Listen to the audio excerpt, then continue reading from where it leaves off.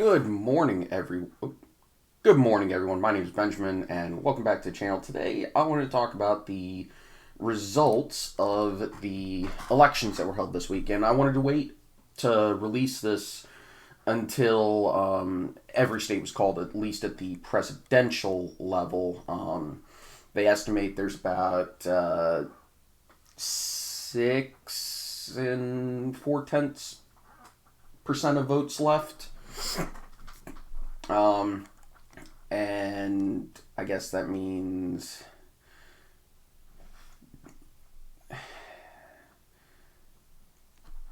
so that's going to be, it'll be a few million. Let's say, so 150 times 0.9, that's going to be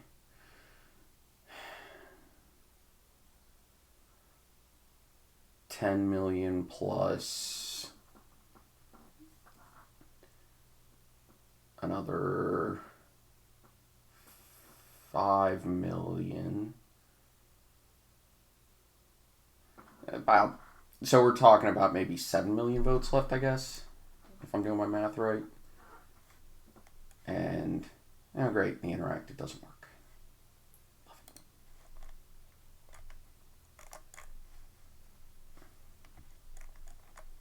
Yay, the interactive doesn't work.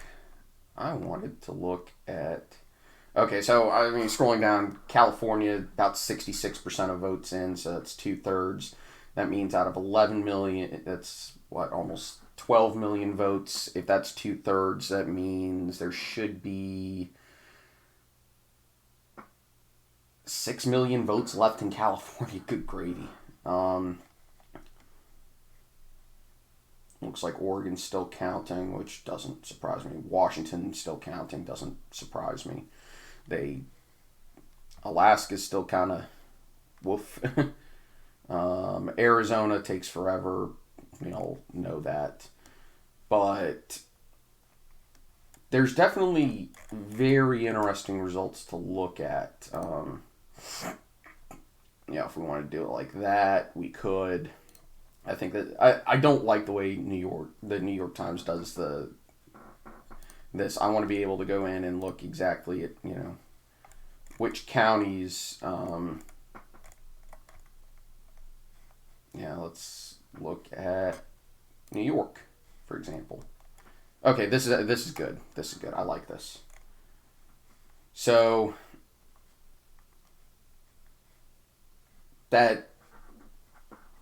this is kind of telling as to how this election didn't go quite as expected. Because that is 11.6% in New York. And honestly, I may want to pull this up. 2024. There we go. Here we go. And this will at least allow me to pull back and we can look at 2020 as well. I hope.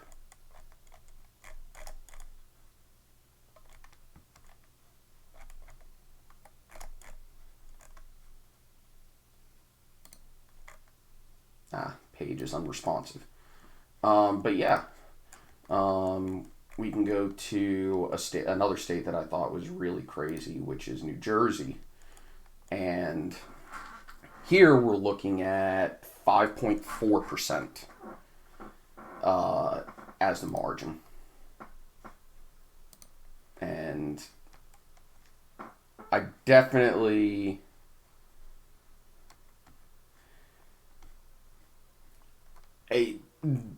This election turned out to be absolutely insane. Here's another one that was shocking, was Illinois. That is 9% difference in a state that Biden won pretty handedly last time around. But as you can see here, Trump won all seven battlegrounds. Georgia, North Carolina, Pennsylvania, Michigan, Wisconsin, Nevada, Arizona. If we look at my pre-election forecast, um, we've got, well, let's just say I got Wisconsin and Michigan wrong. But I was debating whether or not to put those into the tilt category for Trump beforehand, but I was like, polling there seemed better for Harris than in the other battlegrounds. And I wasn't going to assume there was going to be a polling miss, just because it didn't feel right to me to make that assumption. But that explains that.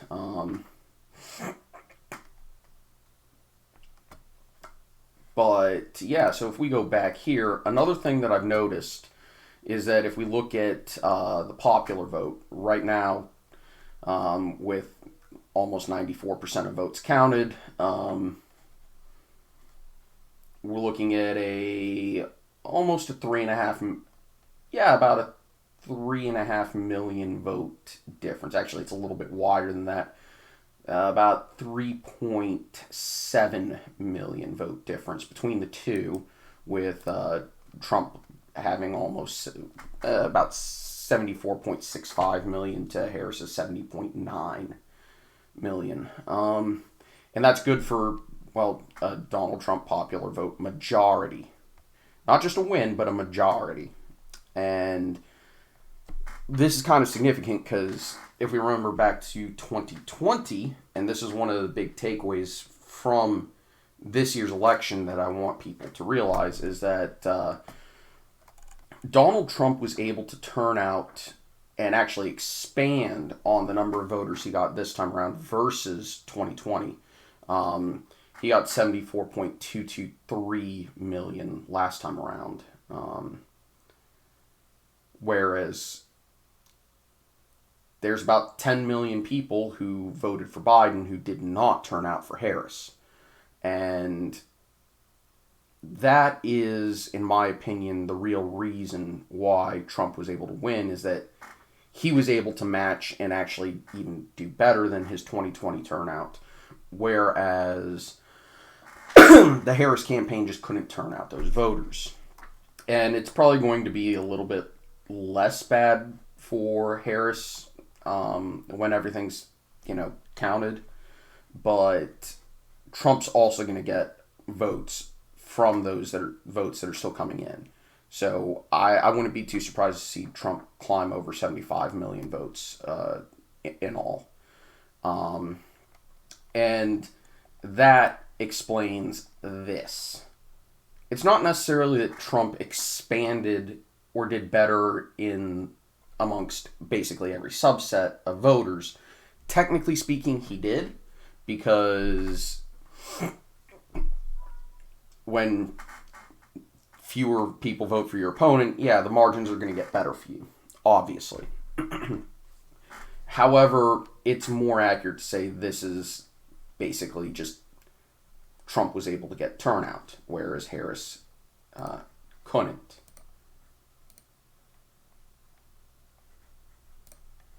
And there are definitely a handful of things that I want to show you guys, show y'all. For example, Florida, where Trump won by just over 13%. And about 1.5 million votes. And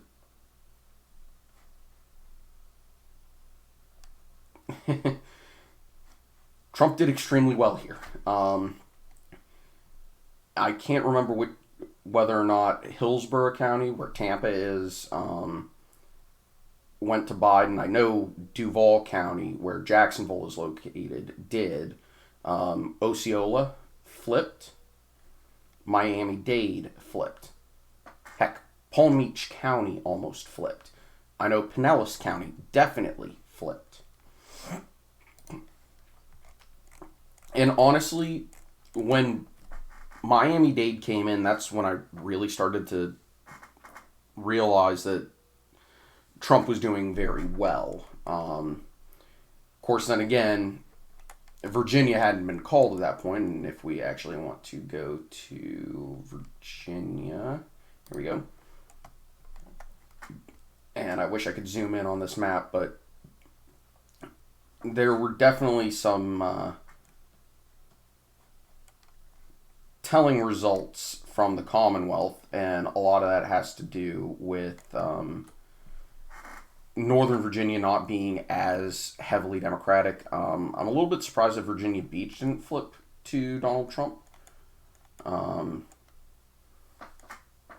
But if we look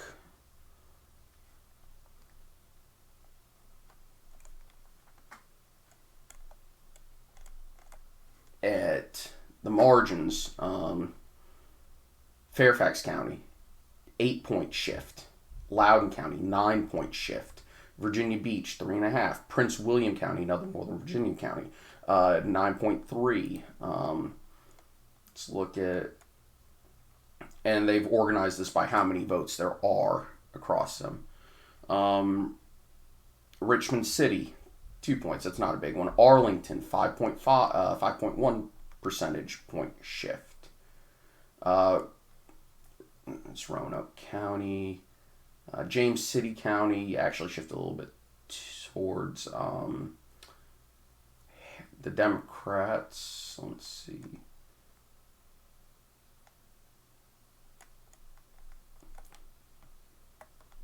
Let's see.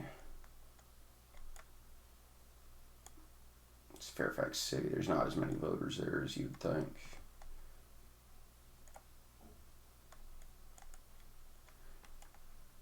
Here's a good one. This was essentially tied. There was a 3-vote difference in City of Radford between the two. 3 votes. Shifted 9% towards Trump. Manassas Park shifted 13 points. You know, obviously it's not a big, insane. Vermont. I like this better, doing it by township rather than county in Vermont, because it's more accurate to how government works up in New England.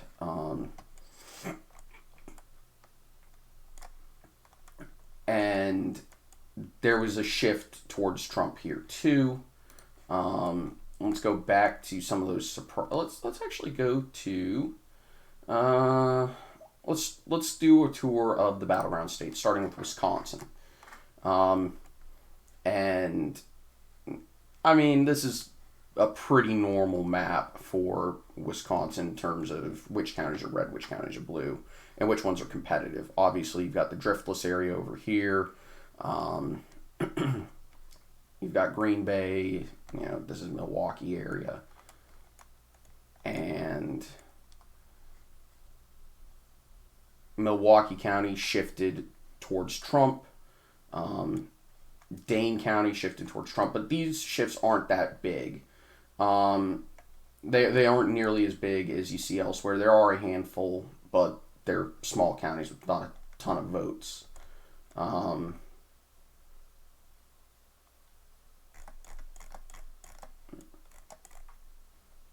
And I'm pretty sure turnout here was basically the same as in 2020. So, and I think that's where the real difference is that a lot of the turnout that the Democrats lost from 2020 was not in the battleground states. It was basically every other state, like New York and California and Illinois and New Jersey is a great example.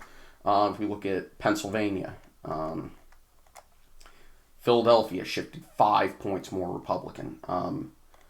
If we go to, and we look at the collar counties, for example, Allegheny, that's Pittsburgh, that's over here. That didn't really change. Philadelphia obviously did. Montgomery County, that's one of the collar counties, that shifted. Bucks County, major shift. Trump actually won it compared to 4 years ago. Chester County, same thing. Delaware County, same thing. Lancaster County, and you can go through and notice all the major changes Where is Lackawanna? Lackawanna County. That's Scranton. Where's Erie? Here's Center County. That's State College. That's Happy Valley. That's Penn State. There's no way Erie is this far down. Here it is. Here's Erie. Trump actually won that one. Okay.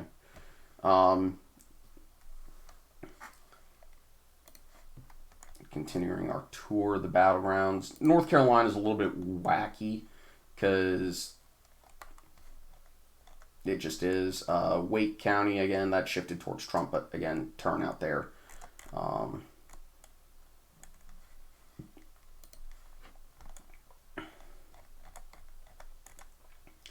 We go to Nevada. Here's a big one.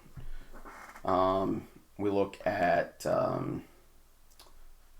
Washoe County, that's Reno. And of course, the big one is obviously Clark County, where Harris barely leads, and you can see the drop off from Clark County to Washoe County. And Trump just barely won Washoe. Did they just skip? Okay, so they haven't done an analysis, but Trump just barely won Washoe. But Clark County shifted majorly in his favor. Douglas, I mean, again, and there's not a lot of votes in these smaller counties. Mineral County, major shift towards Trump. And this is just insane to look at. I mean, let's look at Michigan. Wayne County, 10-point shift towards Trump.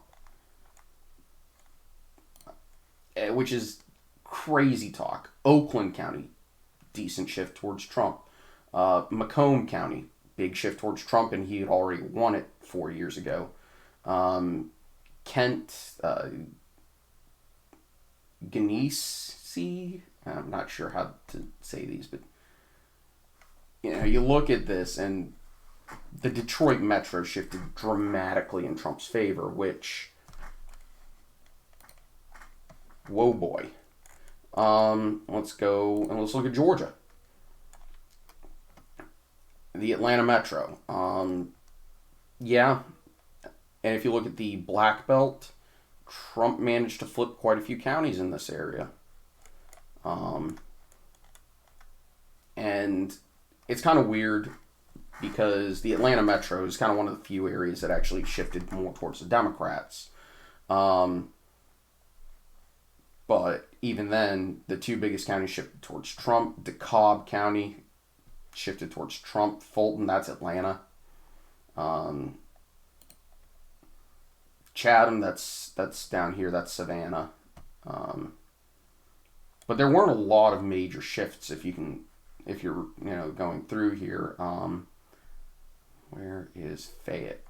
Here's Fayette County, shifted towards Harris, but again, close.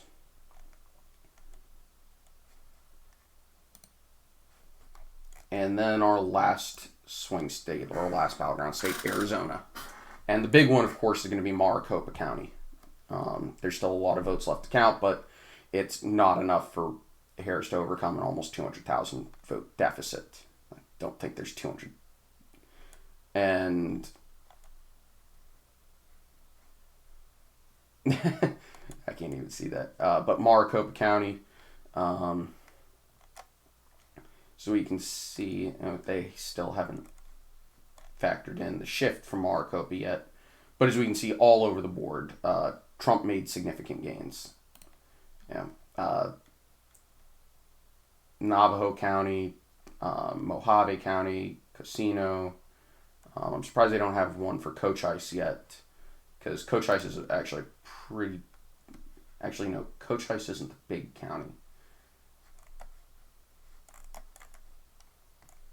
But Cochise is about not too far from Tucson. But I'm going to go back and look at some of the other states that wound up being closer than expected. New Mexico, I think a lot of people were surprised at how close New Mexico was. I'm not particularly. I did expect there to be a shift towards Trump in New Mexico. Um, as you can see, massive across the board. One of these is Albuquerque. One of these is Santa. No, here's Santa Fe.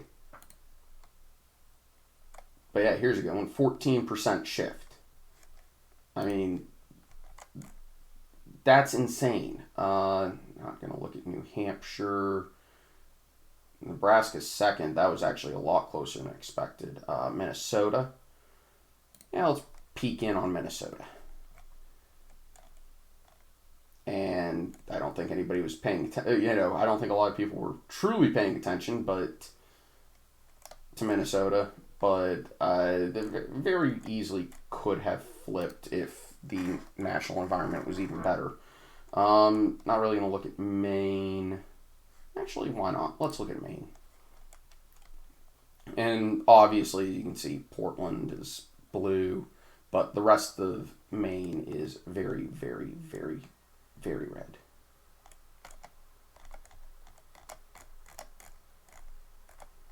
But obviously, there's not a whole heck of a lot of votes in those tiny, tiny areas. Let's see, Washington, not really interesting. Rhode Island was a little bit surprising to me, but not terribly. New York was the big one I think was more surprising. And obviously, if you want to look at where the shift was, obviously they're not reporting one in Brooklyn yet, but Suffolk, I believe that's actually Staten Island. Nassau, that's Long Island, if I remember correctly. But I mean, look at this: 11-point shift towards Trump, 14-point shift towards Trump. That's downstate. 10-point in Westchester. I don't remember where that one was. Where that one is. But 16 points on Staten Island. Okay, so that is different. Suffolk, that must be Long Island as well. Dutchess, that's, I believe, one of the New York City counties. Was a big one. Where is that? Rockland County, big shift towards Trump. But yeah, it's kind of insane to look at how close New York got, because it's less than 1 million votes, and that it was just absolutely crazy to see that. We go back to New Jersey, and we can see the exact same thing. 13 point towards Trump, 9 points towards Trump, 7.5, 11. Like, absolutely insane. We do Illinois, and the whole thing just went absolutely insane. I mean, we're talking 480,000 vote difference. 480,000 vote difference in Illinois. It's kind of crazy how close this was. But yeah, Cook County, that's Chicago. Yeah, okay, Harris won it by 40. Biden won it by 51. DuPage, that shifted massively. Will County, that almost flipped. That's Chicago area, if I remember correctly.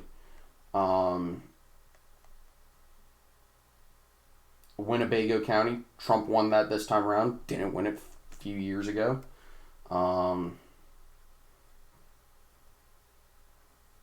Let's see. Is there one yet? But yeah, I mean, you go through these lists and you just see how massive some of these shifts were.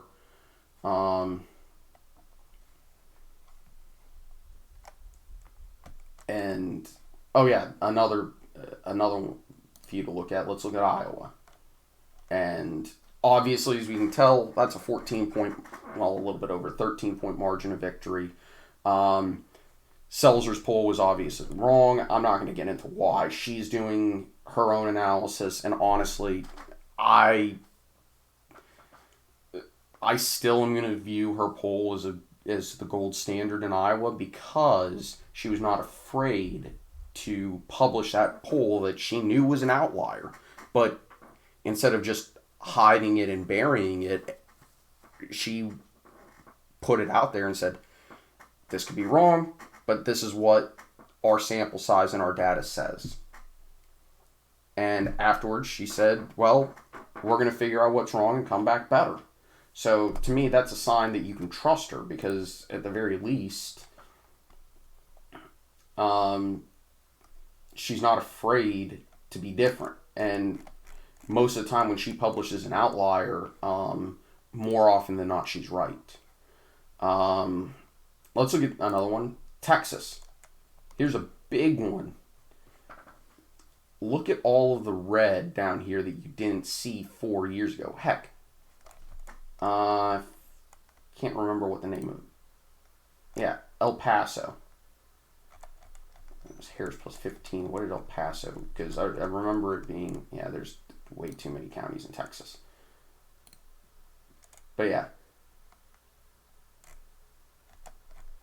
Crap, I just did that again.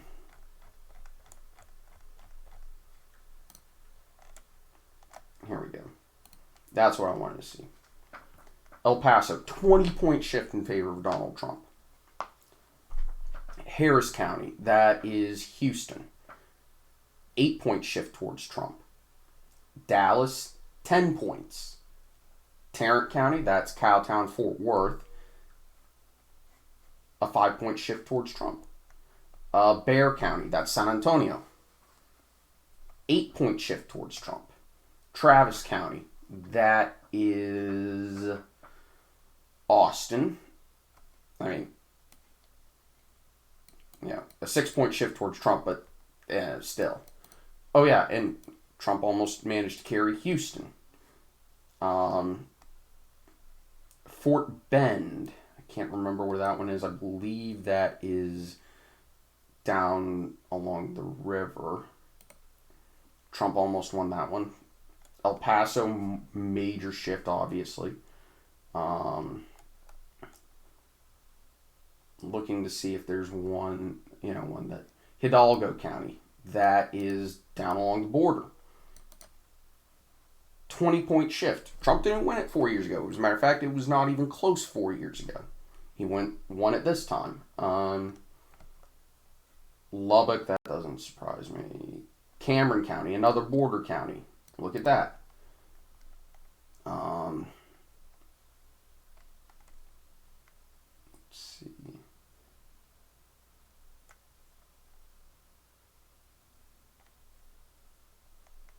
Oh, for this one, Webb County, again, border county.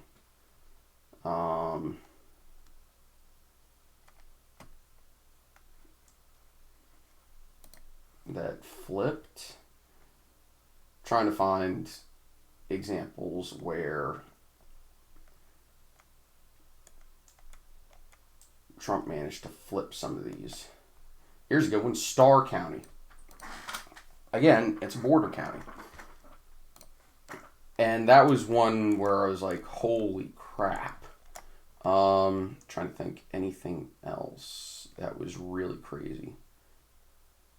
Not that I can remember.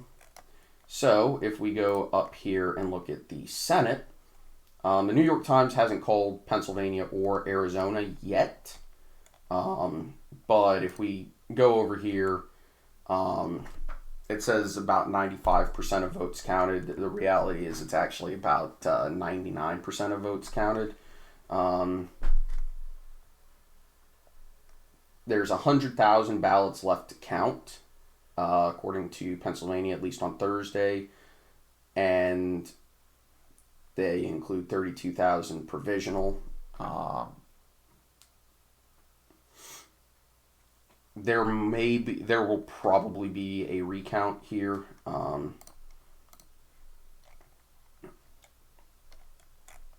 But right now McCormick is leading. I do know some places have actually called Pennsylvania.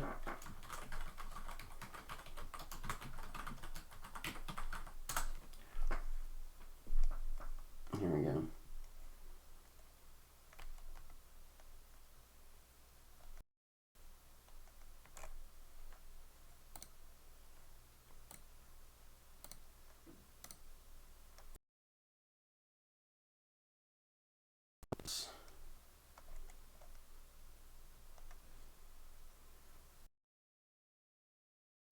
Or yeah, okay. So the Associated Press actually calls it a flip.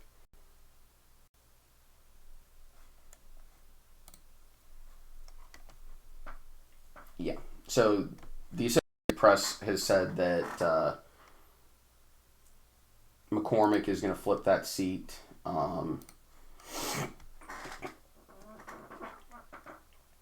Michigan was incredibly close. We're talking 19,000 vote difference. And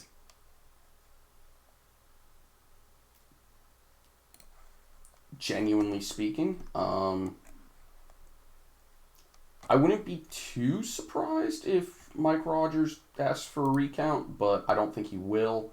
Wisconsin, Tammy Baldwin survived.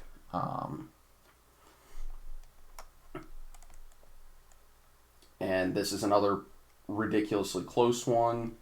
If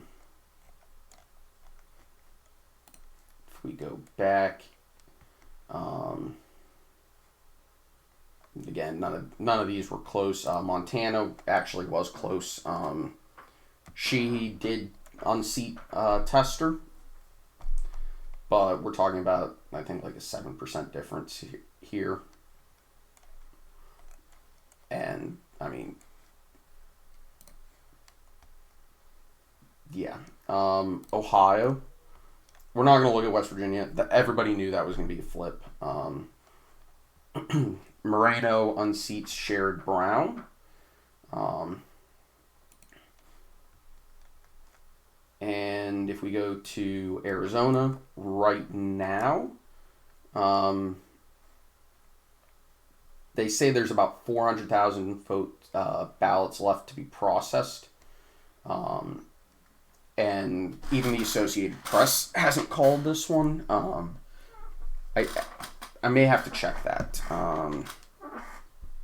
Let me pull it up on my phone because it's going to be easier to do that. All right.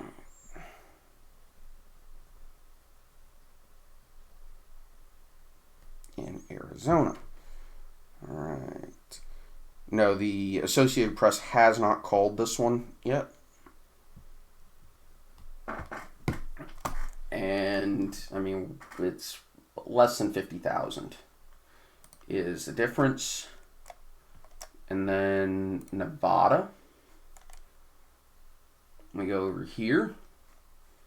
And the Associated Press has indeed called this one for Jackie Rosen, who, again, just very narrowly survived against Sam Brown.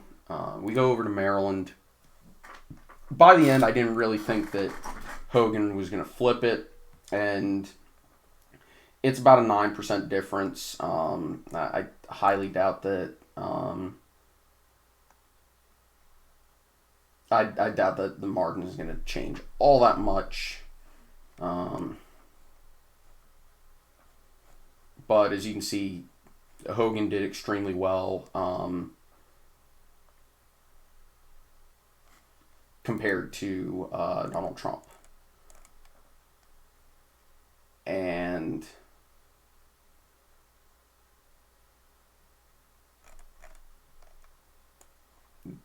I mean, it's just another case of, oh yeah, there was one Nebraska special election. let's see, this one, where Deb Fischer just barely beat her independent challenger. And then if we go over to the House, I don't really want to see this in a map format, but right now Republicans lead in enough seats to where they should be, they should take the House. Iowa 1 hasn't been called yet. Colorado 8 hasn't been called yet. Arizona 6 has not been called yet. California 13, California 45, California 41, Alaska at large, Arizona 1, and California 22. Those have not been called. Maine 2 should probably be called. Same thing with Ohio 9. Both of these are very close. Same thing with California 27, California 47, California 21. These seats are probably going to flip. Or probably going to stay, but there's still a lot of time left before that changes.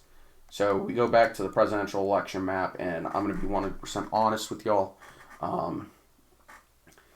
There's not really much that I think I need to change in order to make my predictions better.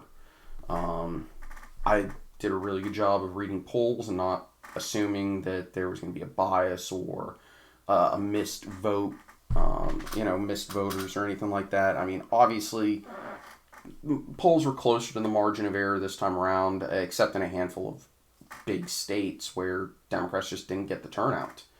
And, we'll see whether or not,